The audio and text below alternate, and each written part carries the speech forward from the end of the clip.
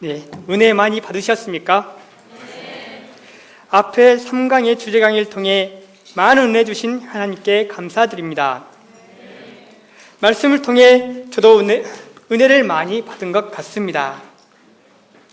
제가 하고 싶은 말씀을 앞에서 다 해주셔서 저는 내가 무슨 말을 더 하리요 하는 한 말씀만 전하고 내려오면 될 것 같습니다. 우리는 이미 세상을 이기는 믿음을 다 배운 것이나 다름이 없습니다. 이미 말씀을 통해 어떤 삶을 살 것인지 결단하신 분도 있을 것입니다. 그래서 저는 부담 없이 이 말씀을 전하겠습니다. 저는 강주 산부 김재성 목자입니다.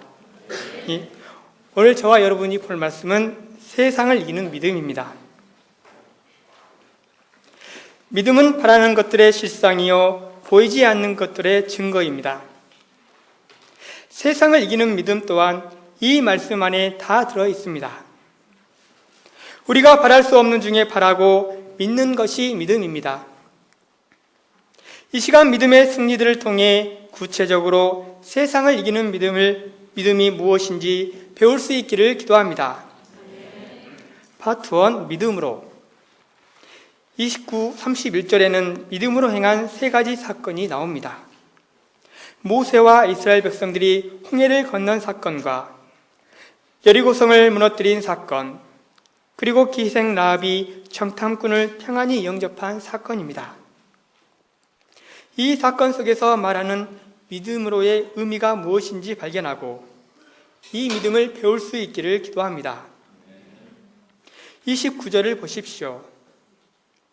믿음으로 저희가 홍해를 육지같이 건넜으나 애굽 사람들은 이것을 시험하다가 빠져 죽었으며 이스라엘 백성들은 하나님의 크신 권능으로 출애굽하였습니다. 그들은 희망과 부푼 꿈을 안고 약속의 땅 가나안을 향하여 힘차게 진군했습니다. 그러나 홍해 앞에 이르렀을 때 그들의 희망은 절망으로 변해버리고 설상가상으로 뒤에서는 중부장한 애굽의 전차 부대가 모래바람을 일으키며 맹렬한 기세로 추격해 왔습니다. 바로는 이스라엘을 사로잡고자 특별 병거 600승과 애굽의 모든 병거를 총동원하여 이스라엘을 맹렬히 추격해온 것입니다. 이스라엘은 앞으로 나아갈 수도 없고 뒤로 물러설 수도 없는 진퇴양난에 처하게 되었습니다. 이제 남은 것은 노예로 다시 끌려가든지 아니면 지옥스러운 삶을 사느니 차라리 사생결단을 하고 장렬히 싸우다 죽든지 해야 했습니다. 이런 절망적인 상황에서 이스라엘은 어떻게 했습니까? 애굽에 매장지가 없어서 당신이 우리를 이끌어내어 이 광야에서 죽게 하느냐?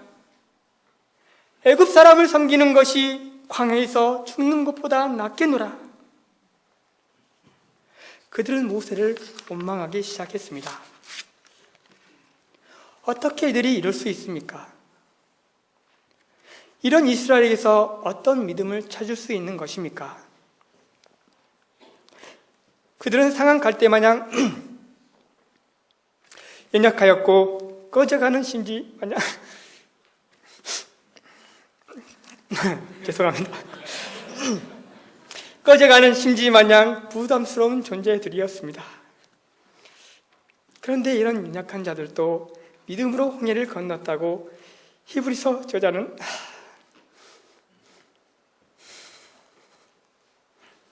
말씀하고 있습니다.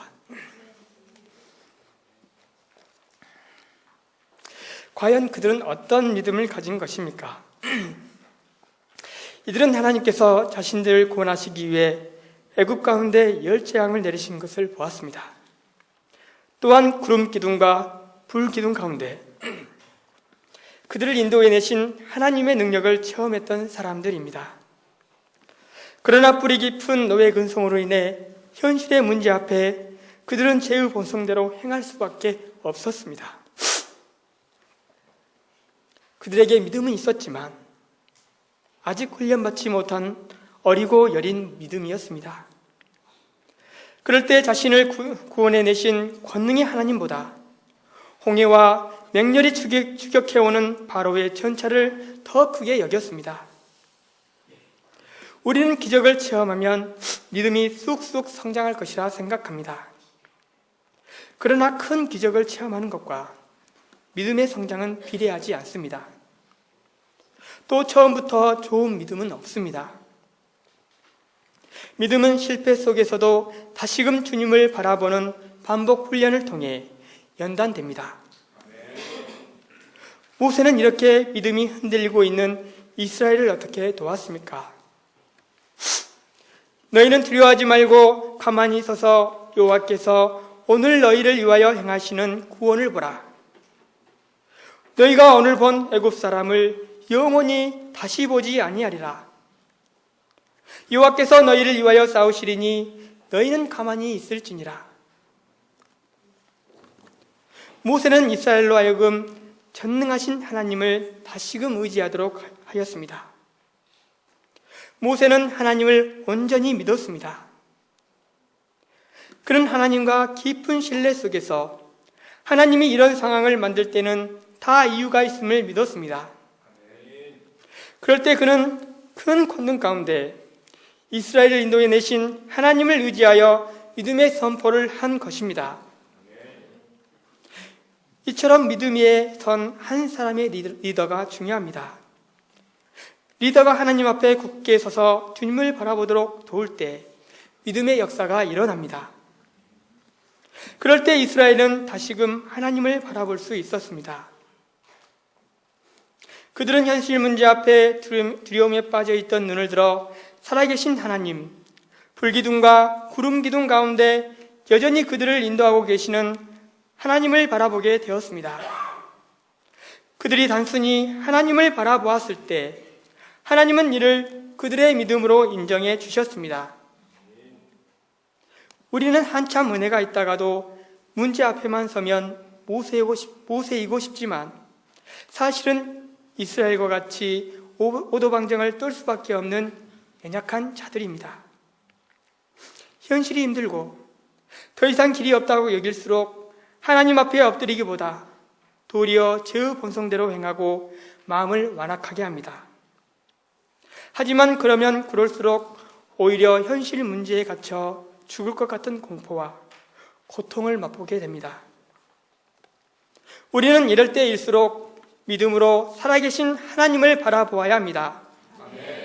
하나님 앞에 제 본성대로 행했던 것을 회개하고 넘어진 자리에서 하나님을 바라보아야 합니다. 그럴 때 하나님은 이를 우리의 믿음으로 인정해 주시고 능히 우리를 구원하여 주십니다. 홍해 사건은 우리의 믿음보다 하나님의 의지가 더 크게 역사하는 사건입니다. 하나님은 우리의 작은 믿음을 꼬투리 삼아 그 큰 홍해를 가르시고 구원하시는 분이십니다. 그러므로 우리는 어떤 상황에서도 믿음으로 하나님을 바라보고 의지할 수 있습니다. 바라보되 어떤 자세로 하나님을 바라보아야 합니까? 모세는 가만히 서서라고 말씀하고 있습니다. 이는 아무것도 안 하고 빈둥대면서 바라보라는 것이 아닙니다. 히브리어로 야차브로서 자리를 지키다는 의미입니다. 이를 군사적으로 사용하면 전투 중에 자리를 사수하는 의미지만 영적인 의미로는 우리의 은혜의 자리를 지키라는 것입니다. 열재앙 가운데 애굽을 떠나오는 이스라엘의 기쁨이 어떠했습니까? 그들은 주님을 향한 찬미와 찬양 가운데 춤을 추며 행진했습니다. 모세는 기쁨이 충만했던 그 은혜의 자리를 지키라는 것입니다. 이 은혜의 자리에 서서 주님의 하시는 일을 바라보라는 것입니다. 이 모세의 선포를 붙들고 이스라엘은 믿음으로 주님을 바라보았습니다. 그럴 때 큰 동풍으로 밤새도록 바닷물을 물러가게 하심으로 물이 갈라져 거대한 물벽이 생기고 마른 땅이 드러났습니다. 그리고 그들은 믿음으로 홍해를 육지같이 건넜습니다. 그러나 애굽 사람들은 어떻게 되었습니까?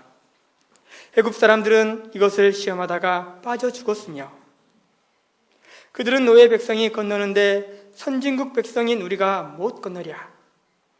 저들은 걸어서 건너가는데 병거를 탄 우리는 더 잘 건널 것이라 생각했습니다. 그들도 동일하게 열재앙 가운데 하나님의 권능을 체험했지만 여전히 자신들의 힘과 능력을 믿고 건너고자 했습니다. 그러다 결국 다 빠져 죽었습니다. 30절을 다 같이 읽어보겠습니다. 시작.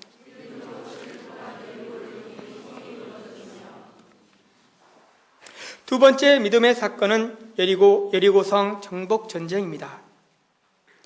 여리고성은 어떤 성입니까? 이 성은 가나안 입구에 위치한 성으로서 가나안 정복을 위해서는 반드시 점령해야 하는 성입니다. 이 성은 크고 견고하며 난공불락의 철옹성입니다. 이런 성을 정복한다는 것은 이스라엘로서는 벅찬 도전이었습니다. 그러므로 서둘러서 작전을 짜고 전술 훈련과 군수 물자를 준비하고 성능 좋은 최신의 성문 파쇄기와 성벽 등반 사다리를 준비해야 할 것 같습니다. 그러나 하나님은 이 전쟁을 어떻게 준비하셨습니까? 모든 군사는 성을 둘러 성 주위를 매일 한 번씩 돌되 엿새 동안을 그리하고 일곱째 날에는 7번을 돈 후에 제사장이 일곱 양각 나팔을 길게 불 때 큰 소리로 외치면 성이 무너진다는 것입니다. 이것은 참으로 이해할 수 없는 작전입니다. 성을 돈다고 성이 무너질 리가 없습니다. 이런 말도 안 되는 작전에 순종하기는 너무나 힘이 들고 어리석어 보입니다. 하나님 방법대로 살고자 할 때 갈등이 됩니다. 왜 하나님의 방법인데 갈등이 되는 것입니까? 그것은 나의 고정관념과 나만의 계획이 있기 때문입니다. 홍해는 오로지 하나님의 능력이 아니면 건널 수 없는 바다였다면 여리고는 인간적인 방법으로도 정복할 방법이 있기 때문입니다. 그러므로 하나님의 방법과 내 방법이 충돌할 때 갈등할 수밖에 없습니다. 전능하신 하나님이 못 믿어서 내 작은 머리의 계획을 내려놓을 수가 없는 것입니다. 이는 마치 바둑에서 고수들의 한수를 하수들이 도무지 이해 못하는 것과 같습니다. 그러나 바둑이 진행될수록 그 한수의 이력 앞에 사람들은 전율하고 감탄하게 됩니다. 이처럼 하나님은 우리 인생의 고수이십니다. 아직은 이해할 수 없는 한수이지만 하나님의 방법에 순종할 때 하나님의 의도와 깊은 뜻을 알게 되는 것입니다. 그럼에도 하나님의 뜻에 순종하는 것은 그냥 말처럼 쉬운 일이 아닙니다. 나의 자유의지를 꺾어야 하고 이성을 초월해야 합니다. 하나님은 이스라엘에게 이 믿음을 요구하신 것입니다. 하나님의 말씀 앞에 나의 의지와 생각과 감정과 모든 이성을 내려놓는 믿음입니다. 이런 믿음은 어디에서 시작되는 것입니까? 겸손입니다. 보통 사람은 이해할 수 없는 방향 앞에 혈기가 나고 억지로 순종해야 할 때 마음이 시끄럽습니다. 그러나 겸손한 자는 그렇지 않습니다. 아브라함이나 요셉 그리고 베드로가 그러했습니다.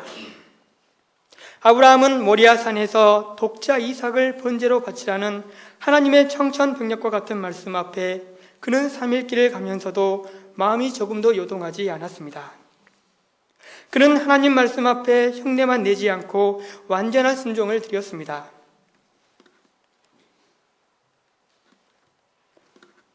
요셉은 꿈을 주신 하나님께서 자신의 인생을 빙빙 돌게 만드실 때 내가 돌아버리겠네 하며 하나님을 원망하지 않았습니다.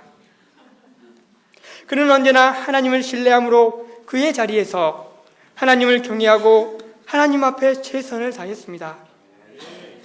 베드로는 밤새 수고하고도 물고기 한 마리 잡지 못한 바다에 예수님께서 다시 한번 도전하도록 말씀하실 때 선생님, 우리들이 밤이 새도록 수고하였으되 잡은 것이 없지만은 말씀에 의지하여 내가 그물을 내리리이다 하고 예수님의 말씀에 온전히 순종했습니다. 이처럼 겸손한 마음으로 하나님의 말씀을 영접할 때 비로소 조건 없는 완전한 순종이 나올 수 있는 것입니다. 상황과 형편, 내가 원하는 결과보다 하나님의 말씀이기에 순종할 수 있는 믿음, 오늘날 우리에게 절실히 요구되는 믿음이 아닌가 생각이 듭니다. 만약 우리가 겸손한 마음으로 말씀을 영접하지 못할 때 그 순종은 모양만 내는 것이거나 되나 안 되나 한번 보자, 하나님을 시험하는 것이거나 내가 이렇게 했으니 하나님도 내 소원을 들어줘야 해요, 조건적인 억지 순종일 가능성이 있습니다. 이런 순종은 결과에 따라 쓴뿌리나 손의 심정을 남기게 됩니다. 그러나 겸손한 마음으로 드린 온전한 순종은 가나의 혼인잔치의 하인들처럼 변화의 능력을 체험하고 베드로처럼 구주 예수님을 만나게 됩니다. 하나님의 깊은 뜻과 하나님의 크신 은혜와 사랑과 영광을 발견하게 됩니다. 아니, 어차피 점령해야 하는 여리고성, 뭐로 가도 서울만 가면 되는 거 아닙니까? 목적이 같다면 부적절한 방법만 아니라면 꼭 하나님의 방법만이 능사는 아니지 않습니까? 누군가는 이렇게 말할 수 있습니다. 그러나 약속의 땅, 가나안은 우리에게 그냥 기업으로 주시는 땅이 아닙니다. 그 땅은 우리의 영역이 아니라 하나님이 거하시는 거룩한 땅이요 제사장 나라입니다. 그 땅은 우리의 삶에서 하나님이 인정하시는 땅입니다. 하나님의 영광이 드러나는 땅입니다. 그러므로 수단과 방법을 가리지 않고 점령해도 되는 땅이 아닙니다. 세상은 반칙과 불법이 난무하고 우리는 정도를 가야 할 때 하나님의 방법대로 살다가는 다 망할 것 같습니다. 여리고 앞에 초라한 자신만 보이고 하나님의 방법을 우리의 계산법으로 아무리 답을 내려 해도 낼 수가 없습니다. 오직 하나님을 믿고 쫓아가는 수밖에 없는 것입니다. 그분이 하나님이시기 때문에 겸손한 마음으로 그분의 뜻에 모든 것을 내어 맡기는 믿음을 드리는 것입니다. 우리가 순종함으로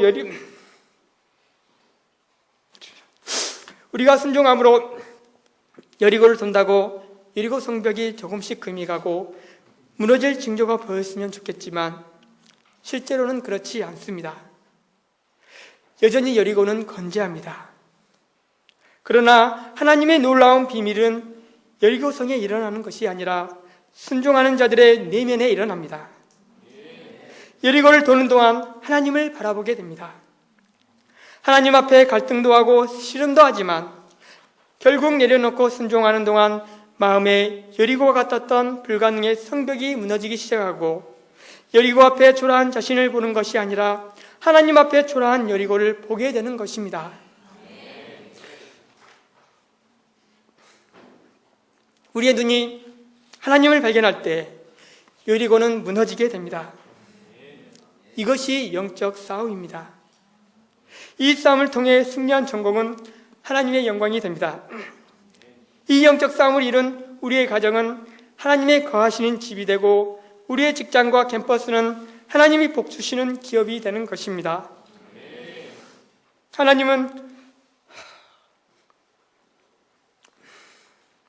우리가 빙빙 도는 싸움을 싸웠을 뿐인데 우리 가운데 이 모든 것을 채워주셨습니다.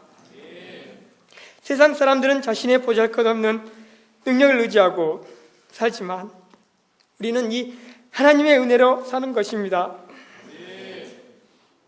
우리가 인간적인 눈을 벗어버리고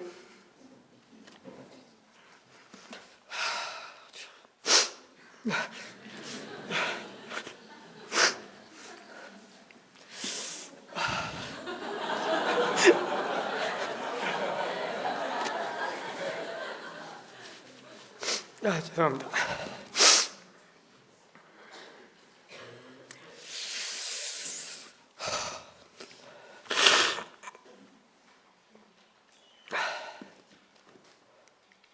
우리가 인간적인 눈을 벗어버리고 영적인 눈을 가지고 우리의 자리를 둘러볼 수 있기를 기도합니다.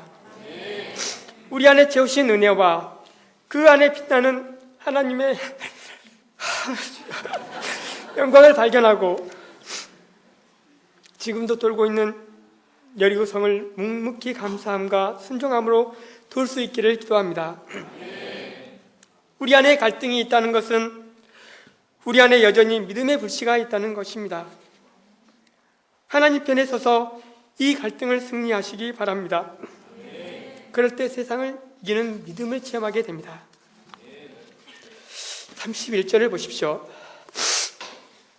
믿음으로 기생 라합은 정탐꾼을 평안히 영접하였으므로 순종치 아니하는 자와 함께 멸망치 아니하였도다. 세 번째 믿음은 라합의 믿음입니다. 라합이 사는 가나안은 어떤 땅입니까? 이미 죄가 만연하여 하나님 앞에 진멸하라는 명령이 내려진 땅입니다. 그 중에서도 라합은 기생입니다. 즉 그녀는 창녀로서 음란한 가나안을 대표하는 여인이었습니다. 그녀는 날 때부터 가나안의 우상을 섬겼으며 하나님을 아는 지식이 없었습니다. 그러므로 그녀가 하나님을 믿는다는 것은 불가능했습니다. 가나안이 멸망당할 때 진멸할 대상일 뿐이었습니다. 그런 그녀가 여리고에 도는 소문을 들었습니다. 이스라엘의 하나님이 놀라운 능력으로 홍해를 가르고 이스라엘을 구원하신 것과 그 하나님이 가나안 두 왕 시온과 옥을 멸절시킨 소식이었습니다. 이 소식은 여리고성 사람들의 간담을 녹아내리게 했습니다. 그런데 그 하나님이 지금 가나안을 향해 진군하고 있다고 할 때 가나안 거민들은 혼비백산하였습니다. 사람들이 두려워하고 숨고 누군가는 죽기를 각오하고 싸우고자 할 때 그녀는 깊이 생각했습니다. 이스라엘의 하나님, 그분이 누구시기에 이런 놀라운 일을 행할 수 있단 말인가? 가나안의 우상이 참 신인 줄 알았는데 이제 보니 하늘과 땅에 하나님이 계시는 것이 보였습니다. 하늘과 땅의 모든 역사를 주관하시는 분이 하나님이심을 깨달았습니다. 그녀는 이 하나님을 상천하지의 하나님이라 고백했습니다. 이 하나님이 가나안을 심판하시고자 작정하셨고 그녀는 그것을 하나님의 뜻이라고 영접했습니다. 그녀는 하나님이 참 신임을 알았을 때 지체하지 않고 그분을 쫓았습니다. 하나님이 행하신 모든 일을 듣고 하나님을 믿었습니다. 하나님의 진노 앞에 멸망받아 마땅한 자신인 줄 알았지만 그럼에도 하나님을 믿었습니다. 요나의 심판 메시지 앞에 온 니느웨가 회개한 것처럼 그녀는 하나님의 진노의 메시지 앞에 회개했습니다. 그녀는 우상의 죄를 끊어버리고 동족의 배반자가 되어야 하는 아픔이 있었지만 하나님 편에 서서 이스라엘의 정탐꾼을 영접했습니다. 그녀는 결단하는 믿음이 있었습니다. 그녀의 결단은 위대한 결단이었습니다. 이 결단으로 그녀의 가정이 구원을 받았고 이 결단을 하나님께서 인정해 주셨습니다. 그리고 역사 속에 그녀의 이름을 길이 남기셨습니다. 우리의 삶 속에 결단하는 믿음이 필요합니다. 하나님의 말씀이 진리임을 알 때 죄 앞에서 결단하고 돌이키는 삶을 살아야 합니다. 라합과 같이 전심으로 하나님을 찾는 삶을 살아야 합니다. 이런 믿음을 하나님은 인정해 주시고 그 결단을 하나님의 역사에 귀하게 사용하여 주십니다. 파트 2 믿음의 용사들 32절로 34절을 보십시오. 저자는 믿음에 대하여 더 얼마나 설명해야 하느냐고 반문합니다. 더 많은 사람의 예를 들 수 있지만 시간도 지면도 부족하다고 말합니다. 그러면서 뭉뚱그려서 믿음에 대해 설명합니다. 기드온, 바락, 삼손, 입다, 사무엘, 다윗은 사사시대 사람들입니다. 사사시대는 이스라엘 역사상 영적으로 가장 어두운 시대였습니다. 이런 시대의 믿음의 사람들은 보석처럼 더욱 빛이 났습니다. 그들은 모두 연약하고 운명적인 자들입니다. 그러나 그들 가운데 하나님의 힘이 임하였을 때 이 운명적인 환경을 이기고 믿음을 덧입게 되었습니다. 연약하여 쓸모없는 자라도 하나님께서 세우시고 사용하시면 능력의 역사를 이루고 새 역사를 창조하였습니다. 기드온이 누구입니까? 미디안 사람들이 두려워 포도주 틀 속에 숨어 밀을 타작하던 자였습니다. 이런 그에게 여호와의 사자가 나타나 큰 용사여 여호와께서 너와 함께 계시도다 하고 그에게 임하사 그를 미디안의 손에서 이스라엘을 구원할 자로 택하셨습니다. 그러나 그는 나는 극히 미약하고 작은 자이기 때문에 큰 일을 할 수 없다고 했습니다. 그는 자신은 아무것도 아니기 때문에 큰 일을 할 수 없다고 생각했습니다. 그러나 하나님이 함께 하시면 이런 연약하고 무익한 자도 300명의 용사로 바다의 모래와 같이 많은 막강한 미디안 군사들을 물리칠 수 있습니다. 바락은 이스라엘의 군대 장관이었습니다.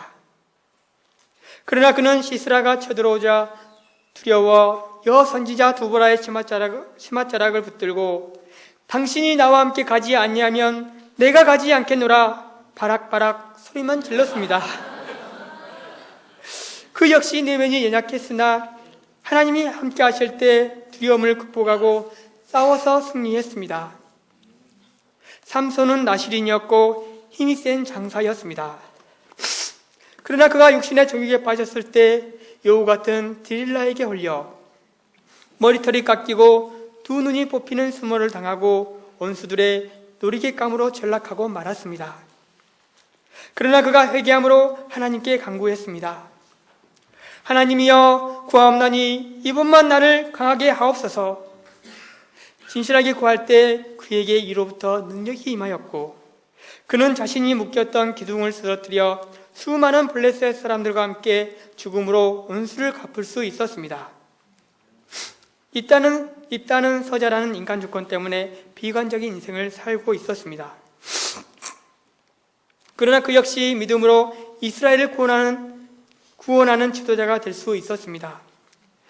소년 다윗은 연약한 소년에 불과했지만 믿음으로 고인 골리앗에 도전하여 통쾌하게 승리했습니다. 사무엘은 절망적인 상황 가운데서 기도함으로 블레셋을 물리쳤습니다. 이들은 우리와 똑같은 성장을 가진 자들로서 연약한 자들이었습니다. 그들이 겸손히 자신의 연약함을 인정하고 하나님을 의지했을 때 믿음으로 큰 승리의 역사를 이루었습니다. 하나님은 능력 없는 자에게 능력을 주시고 지혜 없는 자에게 지혜를 주시는 분이십니다. 하나님의 영광을 위해 사는 자에게 하나님은 능력으로 역사하시는 분이십니다. 그러므로 우리는 믿음으로 사는 자들이 되어야 합니다.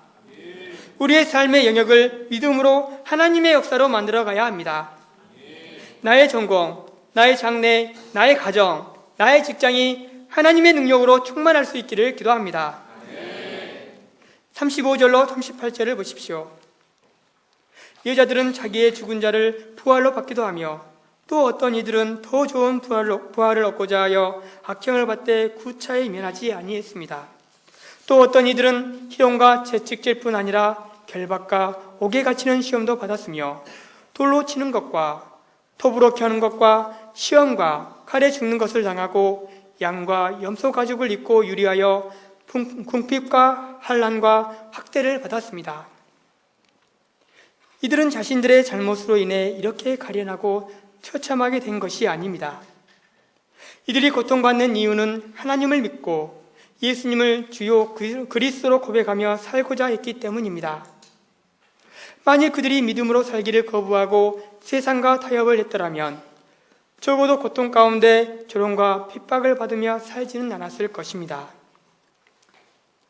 믿음이 무엇이기에 이들은 이런 대가를 지불하는 것입니까? 믿음이 이만한 가치가 있는 것입니까? 성경은 그렇다고 말하고 있습니다. 믿음이 단순히 세상에서의 승리라고 한다면 성경에 이런 이야기가 있어서는 안 됩니다. 그러나 성경은 믿음 때문에 당하는 고난을 이야기합니다. 이는 믿음에는 더 깊고 고귀한 가치가 있다는 것입니다. 여러분이 생각하는 믿음이란 무엇입니까? 그리고 여러분은 고난이 복이라고 여기십니까? 세상 사람들은 고난은 불필요한 것으로 생각합니다. 할 수만 있다면 고난은 피하고자 합니다. 그런데 우리는 이 고난을 복이라고 말하는 얼빠진 사람들입니다. 왜 고난이 복이 되는 것입니까? 고난은 자체로서는 복이 될 수 없지만 그 고난을 통해 연단된 믿음이 아름답고 그 안에서 맺히는 열매가 아름답기 때문에 복이라 말씀하는 것입니다. 우리에게 주어지는 고난의 의미가 무엇입니까? 그것은 세상을 너무 사랑하지 말라는 것입니다. 그것을 의지하는 것이 얼마나 덧없는 것인지 가르쳐 주는 것입니다. 그러므로 고난을 통과한 믿음은 하나님만을 전적으로 의지하게 만듭니다. 삶의 가치 중심을 세상에서 하나님께로 옮기게 만드는 것입니다. 세상의 상보다 하늘의 상을 바라보게 만듭니다. 천국을 소유하게 만듭니다. 가까이 북한의 성도를 볼 때 우리는 그분들을 측은히 여깁니다. 그러나 영적인 면에서는 북한의 성도가 더 축복받은 자들인지도 모릅니다. 그것은 너무나 척박한 땅이기에 세상에 소망 둘 곳이 없습니다.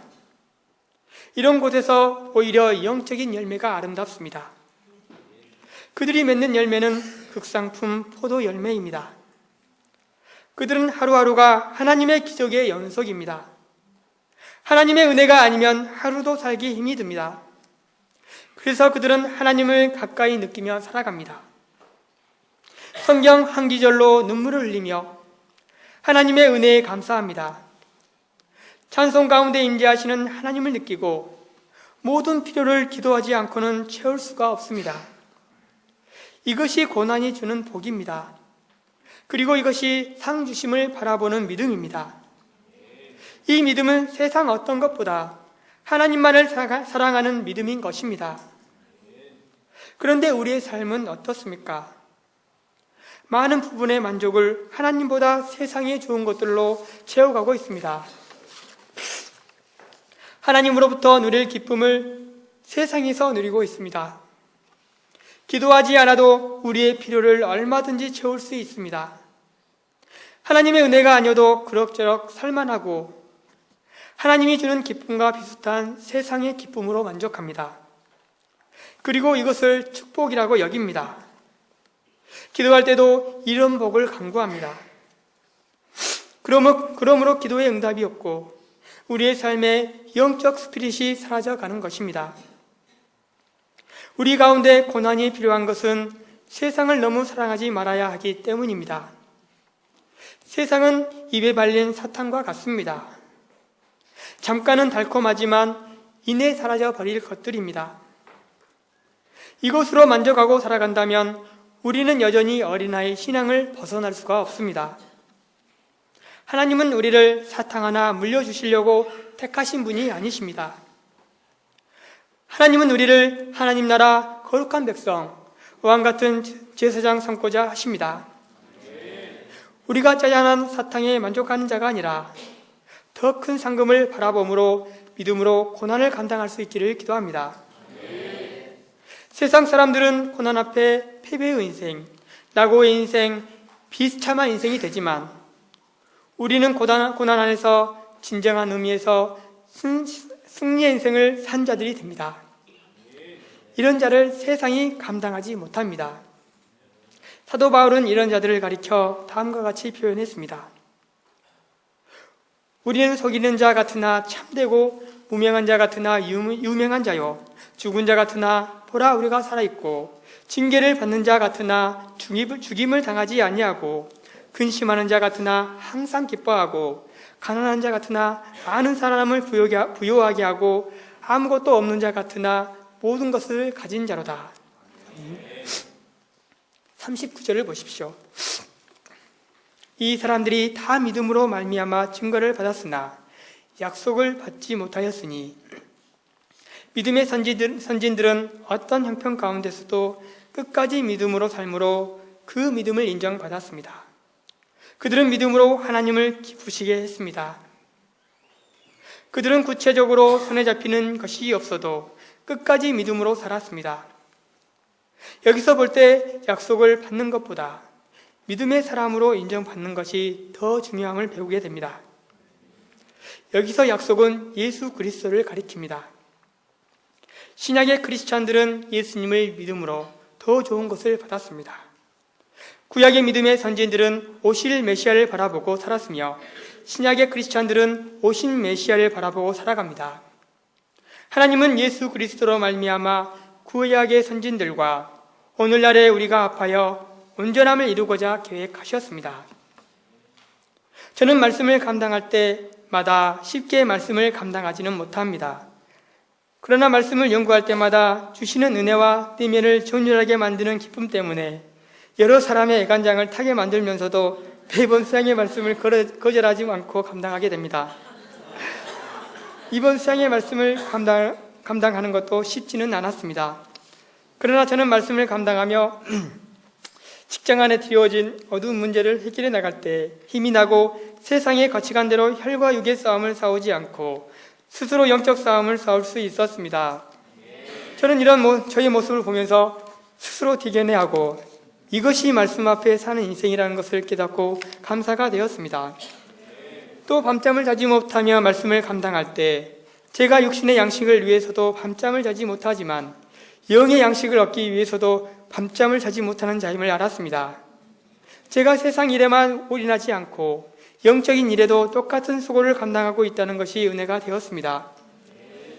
그만큼 제 삶은 고달플 수밖에 없지만 제가 무너지지 않고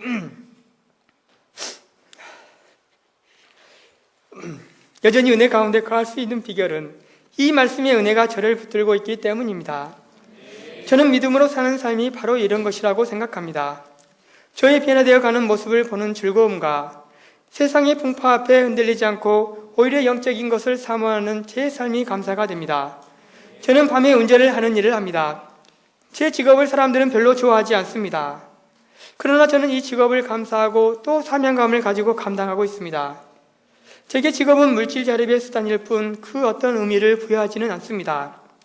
오히려 영적인 의미의 가치를 두고 캠퍼스 목자의 인생을 살고자 하고 말씀을 연구하는 삶을 살고자 노력합니다. 그렇다고 제가 많은 양을 치는 목자가 된 것도 아니고 빼어난 말씀의 종이 된 것도 아닙니다. 하지만 이런 삶 속에서 제 삶의 의미가 있다는 것이 감사합니다. 저는 이런 삶을 통해 제가 믿음의 사람으로 온전히 빚어지기를 원합니다. 그래서 직장에서도 믿음의 사람으로 인정을 받고 가정에서 동역자에게 또 사랑하는 두 딸에게 아빠는 믿음의 사람이었다는 인정을 받고 싶습니다. 무엇보다 사랑하는 주님 앞에 제가 믿음으로 살았다는 칭찬을 받기를 원합니다. 제 삶에 커다란 믿음의 역사가 있는 것은 아니지만 잠잠히 저와 함께 하시는 하나님을 바라볼 때마다 감사합니다. 제가 이 주님을 의지하고 끝까지 믿음의 경주를 완주할 수 있기를 기도합니다. 결론적으로 세상을 이기는 믿음은 히브리서 11장 6절처럼 하나님께 나아가는 자는 반드시 그가 계신 것과 또한 그가 자기를 찾는 자들에게 상 주시는 이심을 믿는 것입니다. 처음 믿음의 길에 들어선 분이나 오랜 세월 신앙을 가졌던 사람이나 각 사람에게 요구되는 믿음은 다르지만 믿음의 본질은 똑같습니다. 아무리 큰 믿음이 있다 할지라도 99.9%를 믿고 0.1%를 의심한다면 그것은 불신이 됩니다.